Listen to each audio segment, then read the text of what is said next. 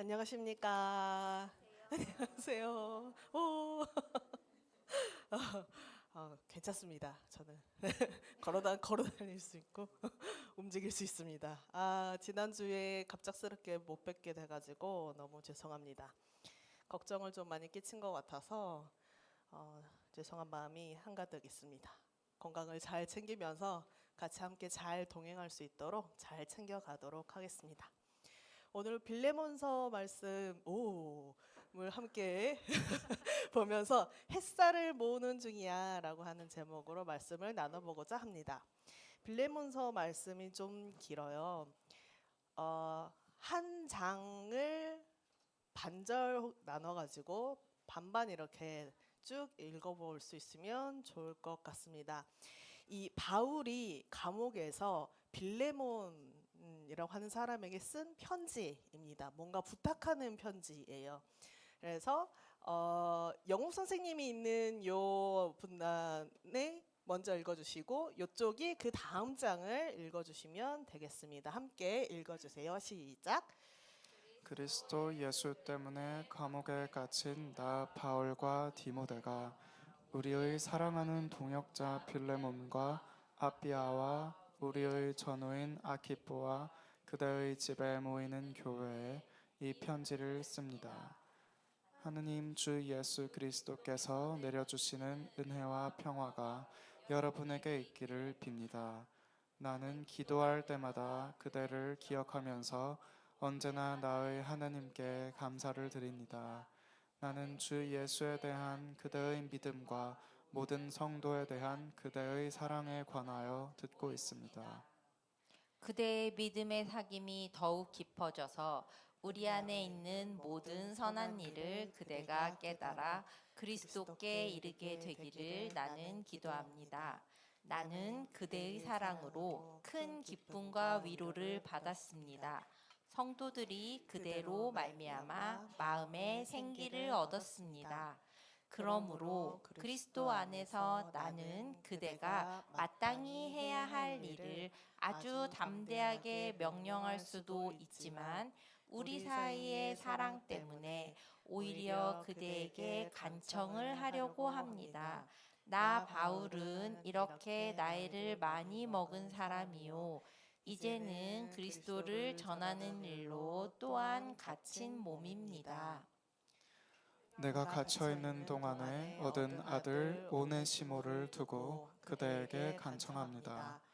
그가 전에는 그대에게 쓸모없는 사람이었으나 이제는 그대와 나에게 쓸모있는 사람이 되었습니다. 나는 그를 그대에게 돌려보냅니다. 그는 바로 내 마음입니다.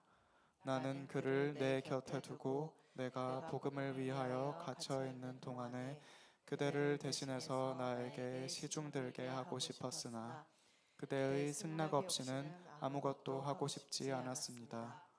나는 그대가 선한 일을 마지못해서 하지 않고 자진해서 하기를 원하기 때문입니다. 그가 잠시 동안 그대를 떠난 것은 아마 그대로 하여금 영원히 그를 데리고 있게 하려는 것이었는지도 모릅니다. 이제부터는 그는 종으로서가 아니라 종 이상으로 곧 사랑받는 형제로 그대의 곁에 있을 것입니다. 특히 그가 나에게 그러하다면 그대에게는 육신으로나 주님 안에서나 더욱 그러하지 않겠습니까? 그러므로 그대가 나를 동지로 생각하면 나를 맞이하듯이 그를 맞아 주십시오. 그가 그대에게 잘못한 것이 있거나 빚진 것이 있거든 그것을 내 앞으로 달아놓아 주십시오. 나 바울이 친필로 이것을 씁니다. 내가 그것을 갚아주겠습니다. 그대가 오늘의 그대가 된 것이 나에게 빚진 것이라는 사실을 나는 굳이 말하지 않겠습니다. 동지여, 나는 주님 안에서 그대의 호의를 바랍니다. 그리스도 안에서 나의 마음에 생기를 넣어 주십시오. 나는 그대의 순종을 확신하며 이 글을 씁니다.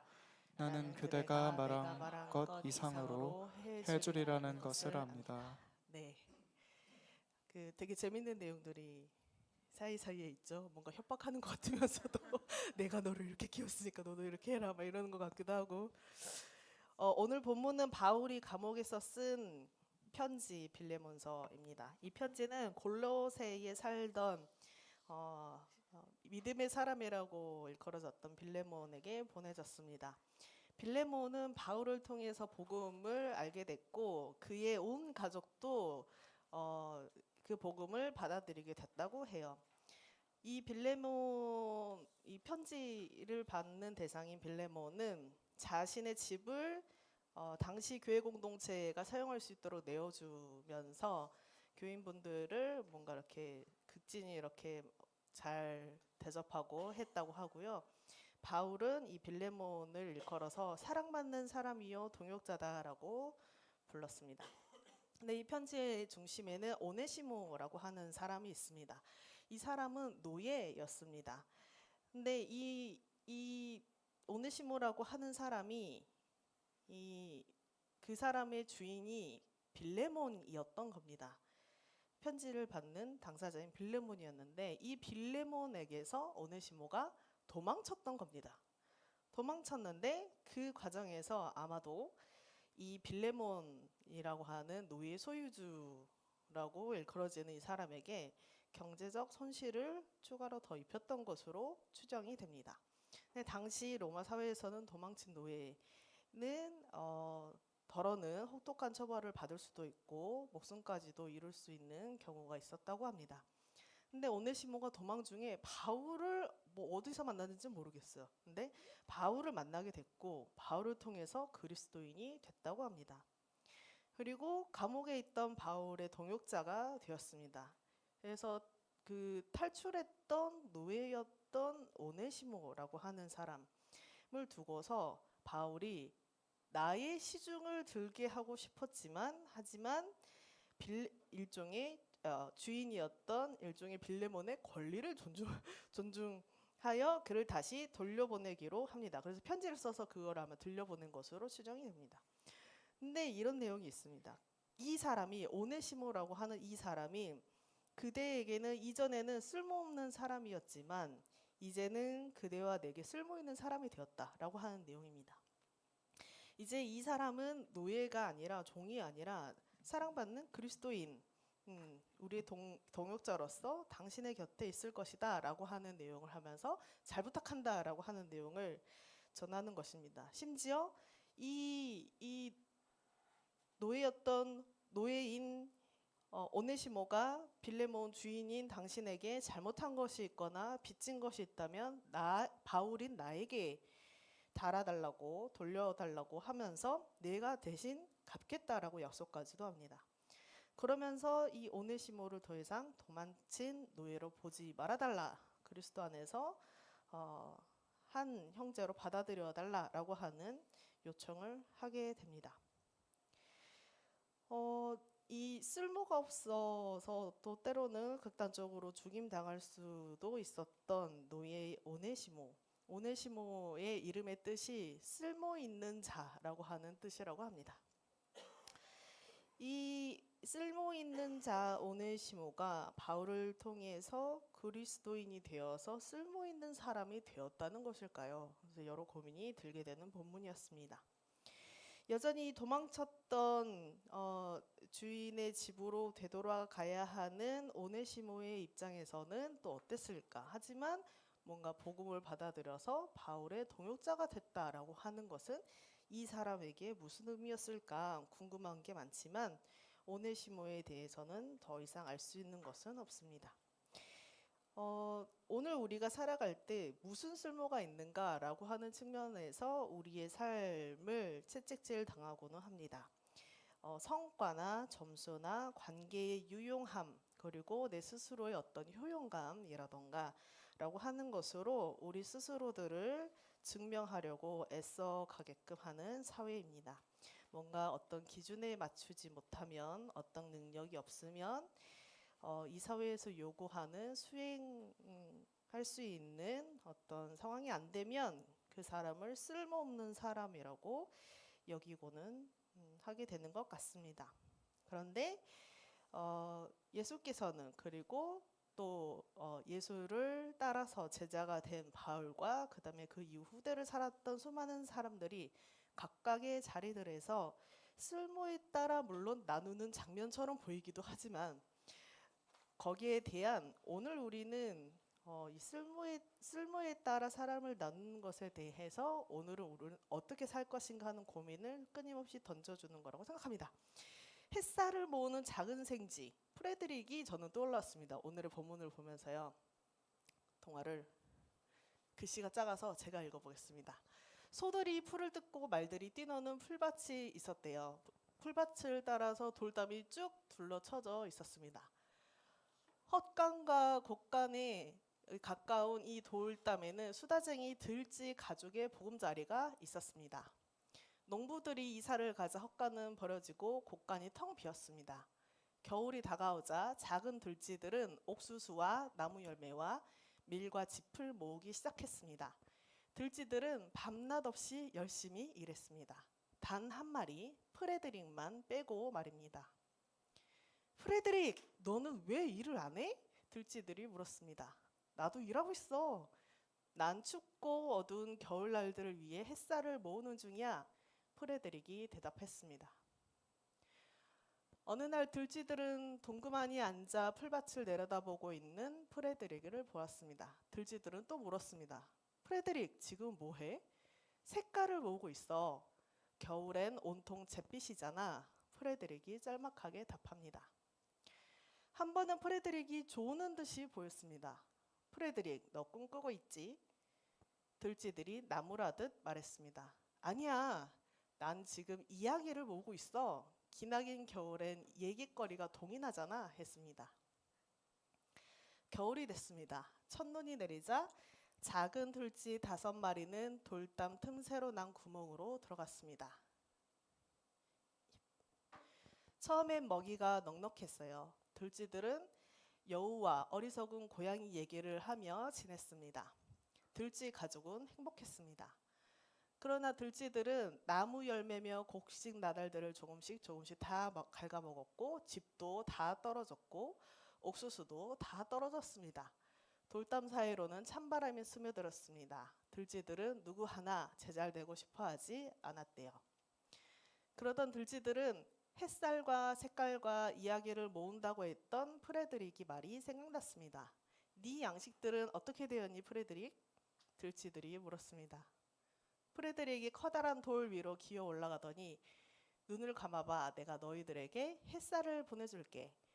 찬란한 금빛 햇살이 느껴지지 않니? 했습니다. 프레드릭이 햇살 얘기를 하자 4마리 작은 들쥐들은 몸이 점점 따뜻해지는 것을 느낄 수 있었습니다. 프레드릭의 목소리 때문이었을까요? 마법 때문이었을까요? 색깔은 어떻게 됐어, 프레드릭? 들쥐들이 조바심을 내며 물었습니다. 다시 눈을 감아봐. 프레드릭은 파란 덩굴꽃과 노란 밀집 속의 붉은 양귀비꽃, 또 초록빛 딸기 덤불 얘기를 들려줬습니다. 들쥐들은 마음속에 그려져 있는 색깔들을 뚜렷이 볼 수 있었습니다. 이야기는 프레드릭은 목소리를 가다듬으며 잠시 가만히 있었습니다. 그리고 마치 무대 위에서 공연이라도 하듯 말하기 시작했습니다. 눈송이는 누가 뿌릴까? 얼음은 누가 녹일까? 궂은 날씨는 누가 가져올까? 맑은 날씨는 누가 가져올까? 6월에 네잎클로버는 누가 피어낼까? 나를 저물게 하는 건 누구일까? 달빛을 밝히는 건 누구일까? 하늘에 사는 들쥐 4마리, 너희들과 나 같은 들쥐 4마리. 봄 쥐는 소나기를 몰고 온다네. 여름 쥐는 온갖 꽃에 색칠을 하지. 가을 쥐는 열매와 밀을 가져온다네. 겨울 쥐는 오들오들 작은 몸을 웅크리지. 계절이 내신이 얼마나 좋아. 넘치지도 모자라지도 않는 딱 사계절. 프레드릭, 넌 시인이야. 박수를 쳤습니다. 프레드릭은 얼굴을 붉히며 인사를 한 다음 수줍게 말았습니다. 나도 알아. 라고 하는 내용입니다. 뭔가 오늘의 빌레몬서 얘기를 이렇게 묵상을 하면서 프레드릭의 프레드릭 이야기가 떠올랐습니다. 레오 리오니의 동화 프레드릭이었습니다. 다른 들쥐들이 겨울을 대비해서 먹이를 모으고 짚을 모으고 할 때 프레드릭은 햇살도 모으고 색깔도 모으고 시를 모읍니다. 처음에는 쓸모없다고 여겨지기도 했을지 모릅니다. 그러나 겨울이 깊어서 공동체가 지쳐갈 때 프레드릭이 모은 햇살과 색깔이 생명을 불어넣은 것 같습니다. 쓸모없다, 의미 없다 여겨진 것이 공동체를 또 다른 면에서 살린 것 같습니다. 쓸모는 누가 정하는 걸까? 오네시모라고 하는 이름 자체가 쓸모 있는 자라고 하는 그 이름을 누가 붙였을까 싶습니다. 오늘 바울이 빌레몬에게 쓸모 있는 사람 오네시모를 받아달라고 하는 장면과 함께 이 프레드릭의 햇살을 모으는 중이야, 색깔을 모으는 중이야 라고 하는 이야기를 겹쳐봅니다. 사람마다 햇살을 모아야 하는 시기나 때가 시시각각 때때마다 어떻게 있을지 모르겠습니다. 공동체도 마찬가지일 것 같습니다. 세상의 기준으로는 쓸모없어 보일지라도 우리가 하나님 안에서 그리스도 안에서 이미 충분히 사랑받는 존재일 수도 있습니다. 내가 받은 따뜻한 햇살을 저 역시 또 우리 역시 또 아까 대왕조개와 같이 이웃에게 전할 수 있는 존재로 나아가고 싶다는 생각이 듭니다. 프레드릭, 우리는 겨울 나기 위한 식량을 구하는 중인데 너는 지금 가만히 앉아서 뭘 하고 있는 거지? 아, 나는 햇살을 모으는 중이야. 굉장히 얄밉기도 하고 또 오늘 우리를 살리는 것은 오늘 먹을 빵임에도 불구하고 빵만으로는 또 삶을 꾸려갈 수 없는 우리네 이야기인 것 같기도 합니다. 쓸모 있는 사람 오네시모, 그리고 햇살을 모으는 중인 프레드릭, 여러분은 어떠십니까? 잠시 침묵으로 기도하시겠습니다.